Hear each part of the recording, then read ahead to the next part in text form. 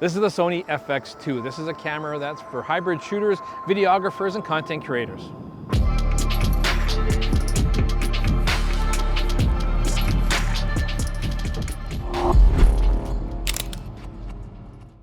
Sony's been in the video game for a long time in so many different realms and different classes, and in the more entry-level style of things, people want a smaller, lighter hybrid body, and that's where this camera I think is really going to hit its stride. I mean, we have the FX30 for their entry-level crop sensor camera, and also the FX3, which we're shooting on right now. It's a part of our kit that we shoot our TCS TV with.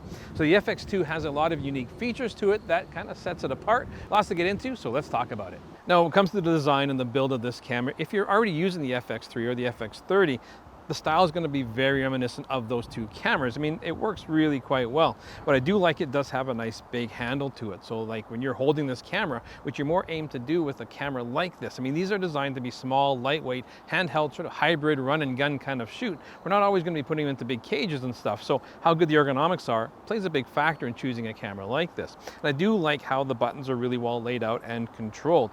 Now, the biggest differentiating look from this camera compared to the FX30 and the FX3 is this viewfinder. Now we actually have a digital viewfinder, an EVF, that's 3.6 million dots of resolution, and it's articulating. This is pretty interesting, and it's sort of a big bulbous thing at the back of the camera here. I would have liked to see it actually removable, or at least be able to take that down and just only use the rear screen, because there's a weird thing with this. I do like having an electronic viewfinder when on a bright sunny day, but as soon as I put something in the hot shoe here, I can no longer use this as an articulating eyepiece. So it's an interesting design choice there. I do like that I have it, but I don't know if it has to be this big and protruding so far out. Now, if you're into hand holding this camera, it's not that bad at all. It's just about 1.5 pounds or about 600 grams. So it's fairly lightweight body, nothing crazy to talk about that part of it. Now, if you are brand new to the FX series, you'll notice that the buttons and controls are really well laid out. I do like that they have an articulating screen here, although it's not the fully articulating screen that you find on the A7R5, for instance. It's pretty much the standard articulating screen, and it works really quite well. We do have a couple new buttons here for Sony though. We do have a home button here on the menu side of things above our display, zebra and peaking shutter button dial, but everything is labeled and has the ability to be customized as well. You see little numbers everywhere, 1, 2, 3, 4, 5. These are all buttons that you can customize to your own desire. Now, something unique about this camera that I haven't seen in any other camera is they've gotten rid of that flap to open up the door if you want to plug in a headphone jack or a microphone. Those two jacks are just exposed on the side of the camera here, and I quite like that because this is a camera that's going to be used all the time, mostly for video, even though it is potentially a good stills camera as well. But having the ability just to plug stuff in and not having to open up a battery door cover or worry about that if I do want to put it into a cage, they simply just plug in and away you go. Now, something else that this has over top of the FX3 is dual quarter 20 threads on the bottom here. This is really nice. If I want to put a bigger plate onto there, I can put 2 screws in there and I don't have to worry about this camera twisting off that plate at all. Now, beside the power button at the top of the camera, we do have a movie and still switch because this camera is trying to lean itself more towards that hybrid shooting where I'm shooting video primarily, but also flicking over and shooting some stills from time to time. It's very easy with that toggle switch. Now, as far as recording media goes, we do have 2 card slots. One is a dual card slot. We'll take either the CF Express Type A or an SD card, and the second one is simply just an SD card. So you can run redundancy if you like to, but only one of the cards available is in the CF Express Type A. Now, something I do like about the menu system here is they keep improving it. I mean, Sony wasn't known for great menus a long time ago, but they're getting better and better all the time. When you're actually shooting with the camera, there is a host of information around there. But if I push the home button here, it brings up the big 6 menu, which gives us those big, bold numbers here, which gives us the main things that we're going to be changing. We want to double check when we're about to shoot a video. I also really like the new fan placement here. It's right in the back of the camera, draws it straight through here, out to the side of the camera. Now, this is very much a hybrid camera that is video-centric. So let's talk about some of the video specs. Now, with it, it does shoot 4K 30 in full frame and 422 10-bit. If you want to go 4K 60, you do suffer an APS-C size crop, but it certainly can do it. Now, when it comes to that dynamic range, Sony is claiming 15 plus stops using the S-Log file. So you certainly can do that if you want to play around with that grading in post-production. Now, when you are using that S-Log profile, you do have 2 native ISOs, which is very cool. You have 800 and 4000, which is expanded from the previous generation. Now, it is the 33 megapixel sensor that's been tweaked, but it's the same sensor basically found in the A7 IV. Now, it's 33 megapixels, full frame, image stabilized sensor, which gives us a lot of flexibility, and this is where the AI programming comes into play here, because there's a couple of really trick features that this camera has that makes getting into videography and getting better results easier than ever.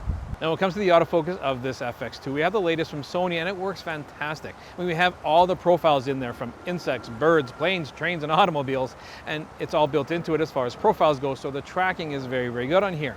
Now, a trick feature that Sony has put into this camera as well is their auto framing feature, and this is great. If you are a solo content creator and you don't have the luxury of a cameraman, you can put the camera onto a tripod and you can stand in front of it, select the framing, and it's going to kind of zoom in and track you throughout the frame. Even though the camera's stationary, there's certainly some dynamic movement when you're moving around within the frame. This is a fantastic option if you're a solo adventurer.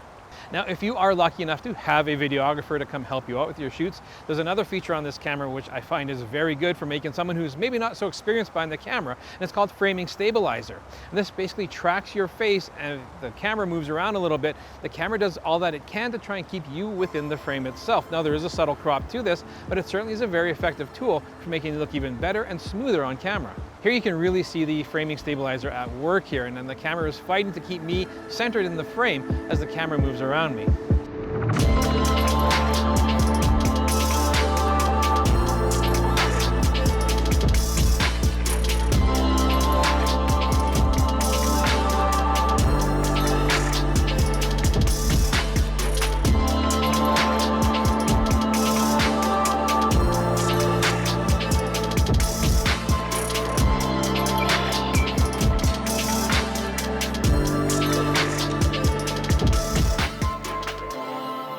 So we have a well-designed camera that's tried and true with the Sony FX lineup. We also have some really cool features about this camera. What's it like to actually work with and to shoot? Well, I'm enjoying what I'm getting out of this camera. I'm enjoying the functionality of it. I like being able to look down and seeing each button is well labeled, but if I want to, I can customize them to what I want. The autofocus is very crisp and very clean and very smooth, and it doesn't feel unnatural when it does focus. So I do appreciate the whole functionality of it. I do like that the electronic viewfinder here is a part of it. I mean, on a bright sunny day, unfortunately, we're kind of getting smoked out here in Calgary this week, but on a bright sunny day, having the viewfinder look through is really quite nice to work with. Now, the articulating screen I'm still using a fair amount. I'm not concerned too much about that, but I do like some of the creature comforts. I mean, it's so easy just to plug something into the side here without having to worry about that. So if the FX2 is so good, where does the FX3 fit in? Well, you have to look at what features are really important to you. The FX3, for instance, can shoot 4K 120. So if that's a big factor, you got to look into that. And certainly improved rolling shutter and low light performance. So these are things that kind of come into play, but is it worth that extra cost? These are things that you have to check off yourself. But for the general masses, I think the FX2 is a fantastic camera that gives you a ton of versatility if you don't want to rig it up too much. So what I find with the FX2 is that it's a very good hybrid camera that's very video-centric. I mean, it's 80% video or even more and 20% stills. I mean, it is still a 33 megapixel still sensor. I've been shooting the A7 IV a lot in the last little while, and I quite like what I'm getting out of it. So I like the fact that I can shoot some high quality stills with good resolution as well as some amazing quality video. If I don't require that higher end frame rate, I can certainly save a little bit of money, maybe invest in a different lens. So where does this camera fit in? Well, if you want that full frame aesthetic, which I really quite like, you eliminate the FX30, which is still a very competent camera. But if you don't have the budget, you don't have the need for some of those higher frame rates or the ability of the FX3, then the FX2 makes a fantastic option for that run and gun style of photography. I think adventure photographers and videographers who are trying to keep their kit down to a very small minimum are really going to enjoy what this camera has to offer.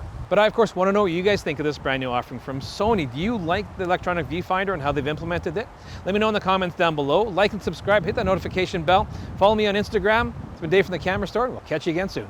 Hey, thanks for sticking around and watching this episode on the FX2 from Sony. If you want to check out more of our recent content, click up here. And if you're Canadian and want to shop local, check out thecamerastore.com down here.